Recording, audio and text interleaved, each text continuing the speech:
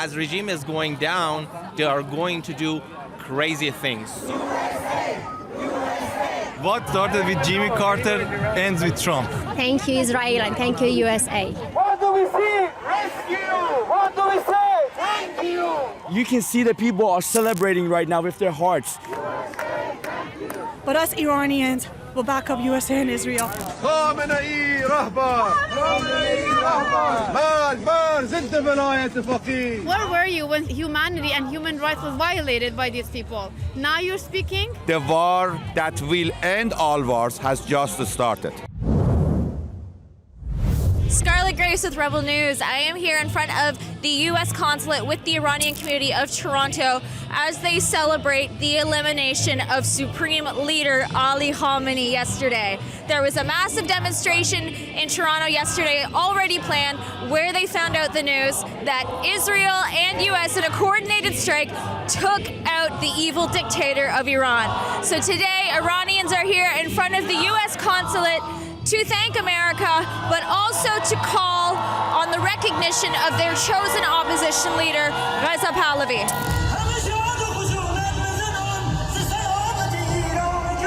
I would love to ask you how you're feeling after yesterday's news. Ayatollah Khamenei is no more. We're very, very happy because he's the person who's been a supreme leader to order the death and murder and torture of thousands and thousands of our Iranian people, of our people. People waiting for like 4 decades for this seconds, for this moment. What kind of leader of a country dies and the people celebrate inside the streets? We had no feeling rather than joy.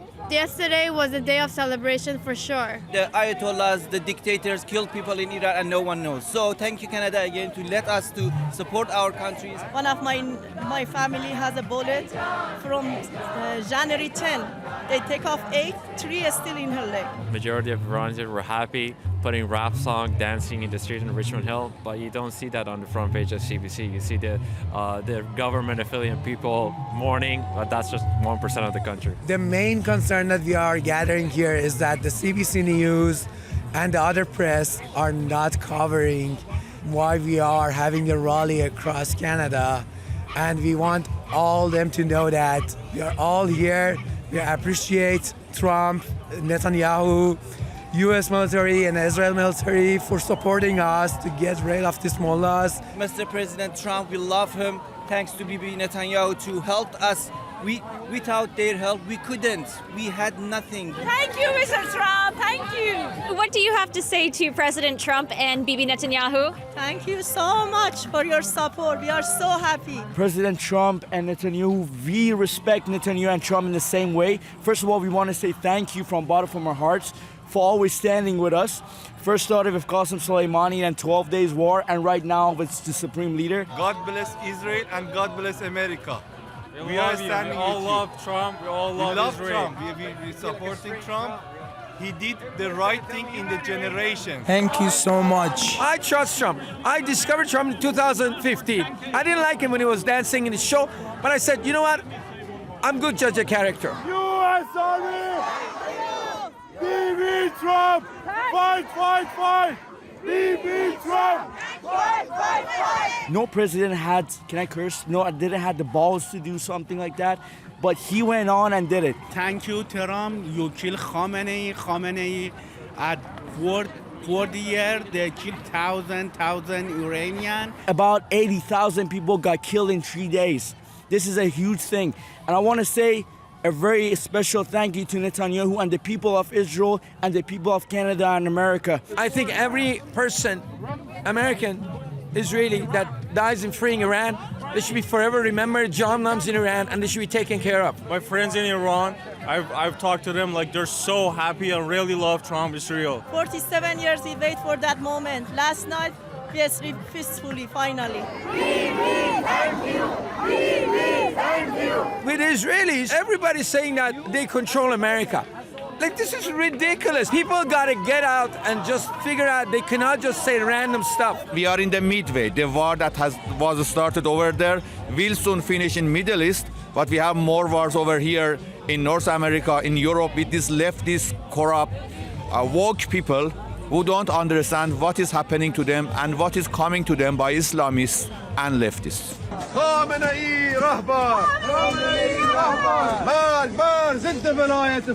What do you have to say to the various activists who are saying no war with Iran? This is one of the most frustrating things that we have to deal with, because on a daily basis, the people of Iran are facing guns and bullets and executions and mass raping. And then we have to, outside of Iran, deal with all this misinformation, with propaganda. If they cared about human lives, which is the reason for saying no war, they would have said something about 30,000 people dying in January. And mind you, that number of civilian death is more than the 8-year Iran-Iraq war in the 1980s. Nowadays, you get these people on social media, it's like, America shouldn't do anything. Well, that's what the premise of America and free speech and the First Amendment, the Second Amendment, all of that stuff is part of American culture. And to all the people that support this regime, just because of Palestine, hear me out. When this regime goes off, you guys will be able to achieve peace. Because this regime been for so many years funding the people of, Gaza, the terrorists, the Hamas and everything, with these people's money, with our pockets. I have a dream, Sullivan boxing exactly on the young and steels. But unfortunately, last night, the terroristic group attack us because we had the party and celebrate. Those Iranians that are being attacked by the regime are representing the people of Iran. Do you think that this should be looked at as a terrorist attack? Yes, definitely, because we don't even feel safe in Canada or other places in the world. They wanted to basically kill a gym, like shoot a gym. Why? Who shoots a gym in Canada? For what reason? There's a shooting at our community.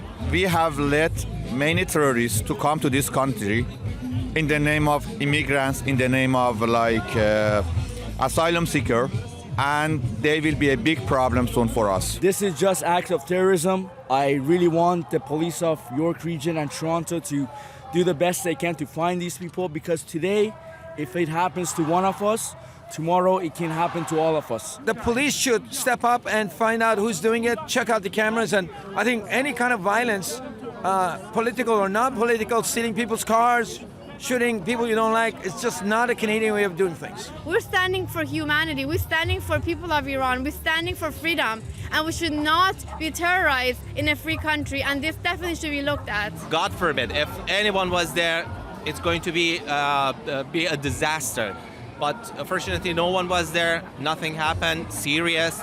But I think the police should follow this case seriously and take this seriously. If these people have the courage and a firearm to come by and shoot a person that is fighting for the freedom of a nation, which is a counterpart terrorism, it can happen tomorrow to all of us over here. To me, the suspects are extremists from Pakistan or Bangladesh. Even Arab terrorists are not that idiot. Bringing terrorism to our city just because we are fighting for our freedom doesn't mean we will be quiet against you guys.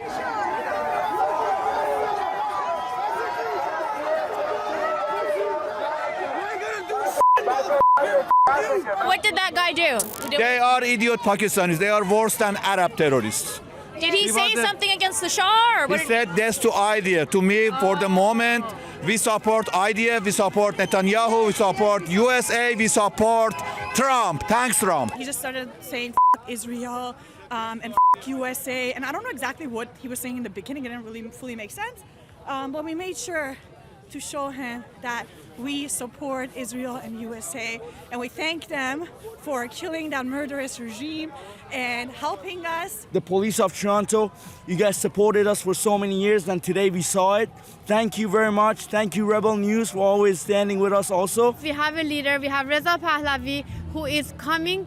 We're hoping that he comes to Iran and he's going to help us to lead us to a secular democracy. And it's going to be up to the people who's going to vote of what they want. We want Reza Pahlavi, the Prince Reza Pahlavi, to be the next one. As we are hearing that, they are all chanting this.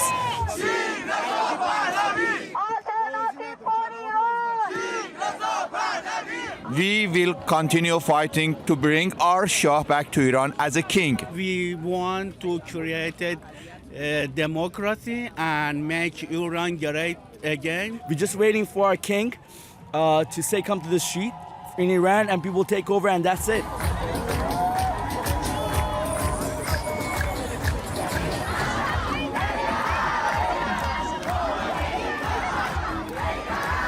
The event itself has concluded, but as Iranians usually do, they are still celebrating in the streets. And right now, they're actually. Thank you, thank you. They love Rebel News. We love Rebel News. The only news that stood with us, CBC News. They said no, 0 words. The only news was them. Thank you. Thank you. And right now, they're actually playing Israeli music because they're so grateful to Bibi Netanyahu as well as President Trump. So they're dancing to some really good Middle Eastern tunes right now. If you stand with Iranians against the dictatorship that has been holding their country hostage for 47 years, please head to CanadiansForAFreeIran.com.